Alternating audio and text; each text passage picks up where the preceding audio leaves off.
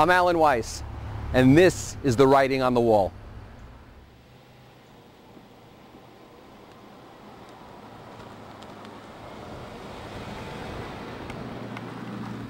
Hi, I'm Alan Weiss, and this is the writing on the wall.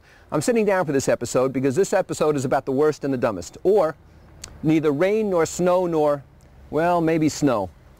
Herodotus, 2,500 years ago, coined that phrase. Neither rain nor snow nor sleet nor ice nor gloom of night shall stay these appointed carriers from their rounds, however that goes, and the post office adopted it. But the service standard has declined in the 2,500 years since. 2 winters ago, there was no mail one day. And so I called the post office and they said, sorry, too much snow.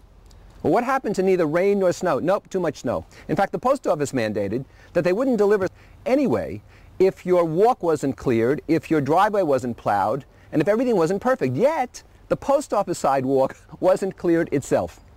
Double standard, don't you think? The post office originally promised that box mail, mail in your post office box, would be there by 8 in the morning. And now here it's 10 in the morning. Here are my experiences when I delivered mail. Now, this is a long time ago, when I was working my way through college. I'm sure it's changed dramatically. But I remember taking the bag of mail and going on my rounds and finishing by 11 in the morning. And they'd give me a second bag of mail. Well, the postal people complained, that is, the other mail carriers complained, that I probably wasn't doing it right. I was being careless. There would be complaints. And so they put me on a truck. And I would take the mail truck and deliver the packages, parcel post. And I'd come back at noon, done, when there was no second route. So finally, the mail carriers got together and they said to me, kid, if you ever come back here before 5 o'clock again, we'll break your legs. And so I spent the rest of that summer hiding a United States mail truck. I hid it behind Dairy Queens. I hid it in residential neighborhoods. I read a lot of great books. However, in the back of this truck, it was like a sauna, maybe 200 degrees. And I would read these novels and these wonderful books, drenched to the skin. And occasionally, the neighbors would call the cops, and I'd have to move the truck. That's the summer I spent delivering mail. Now, I'm sure it's changed today, and everybody's very efficient. But I remember one postal clerk said to me, I recently got married. And I said, congratulations, who did you marry? And she said, who else could I marry? Another disgruntled postal clerk. I don't think the best and the brightest go into government work. I don't know, it just seems that way to me. I was coming back once from a trip to South America, and I had taken a flight from Venezuela to Miami.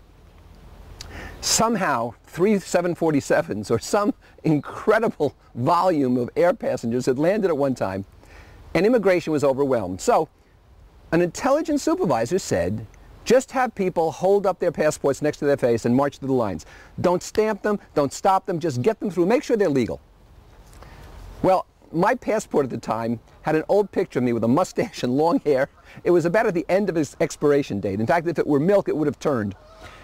And as I got there and I held up the passport, the immigration agent stopped me. Hadn't stopped anyone else. He looked at the passport, he looked at me, looked at the passport, looked at me, and he said, well, close enough for government work. It strikes me, that's how it gets, close enough for government work. And this by no means is restricted to the government. Bureaucracy flourishes, I remember once when we first moved to California, I went to some kind of burger place. And all I wanted was an ice cream soda. And the person behind the counter said to me, you'll have to go to the next window. We just do burgers here. I said, okay. I went to the next window. The same person showed up.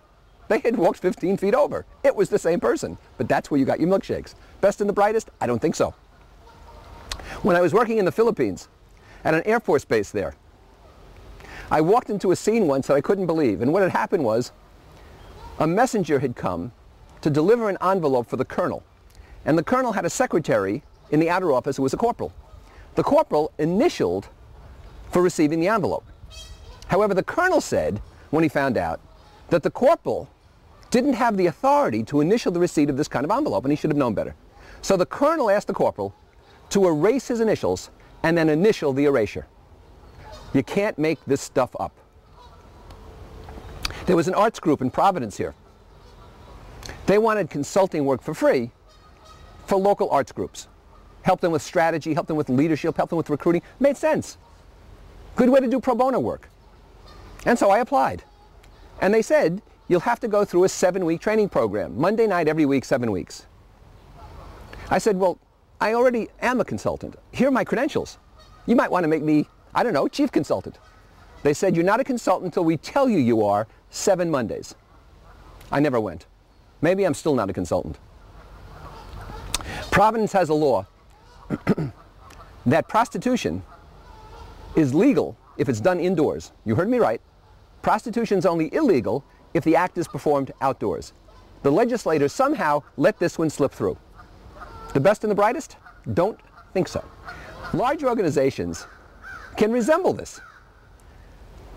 I was at an airport. Why do so many of these things happen at airports and with airlines? You have to wonder who's flying the planes. Anyway, I was at an airport, and there was a chaotic gate boarding. It was a 777, a very big airplane. The gate agent in charge was just blowing everything. I mean, he was inept. One finger on the keypad, couldn't type, got the waiting list mixed up, wasn't calling people up to the desk correctly by the correct names. It was a mess, and the plane was clearly going to be late. And I noticed throughout this experience, 300 people perhaps in the entry area there. He kept humming. And at first I said, how resilient that he could keep humming through this chaos. I guess he faces this every day through his own ineptitude and that of others. And I could not place the tune. And you know, when you hear a tune and you can't place it, you begin to hum it yourself. And so as I walked down the jetway, finally, when he finally allowed us to board and first class walked on the plane, I was humming this tune. And as I walked onto the airplane, I noticed that the flight attendant who greeted me gave me a funny look. And as I sat down, I realized what it was. The tune he had been humming was from The Wizard of Oz, If I Only Had a Brain. We need to pay more for important work. I arrived once, guess where, at an airport, LAX. And there was a beagle. Now, I have a beagle, Buddy Beagle. In fact, he produces this show. You'll see him at the end credits if you stick around. Beagles have among the best noses of all dogs, who as a species have great noses. But in LAX, a beagle walked up to me with a little blanket on him. It said, "Do not pet me, I am a working beagle." And there he was with his handler, sniffing for food, illegal foodstuffs being brought in from Asia. And this beagle was doing a fine job. In fact, the handler said he thought that this was the most extraordinary use of animals in all of the immigration process. If we can find the best dog for the job, why can't we find the best people for the job? We need the best people.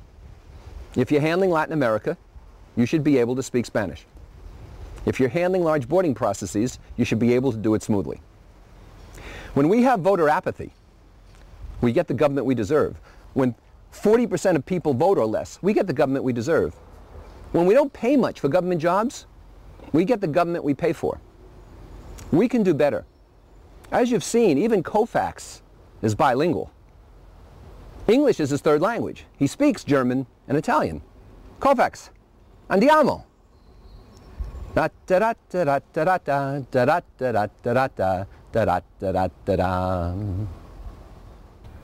Koufax, come on, Koufax. Let's go, Koufax.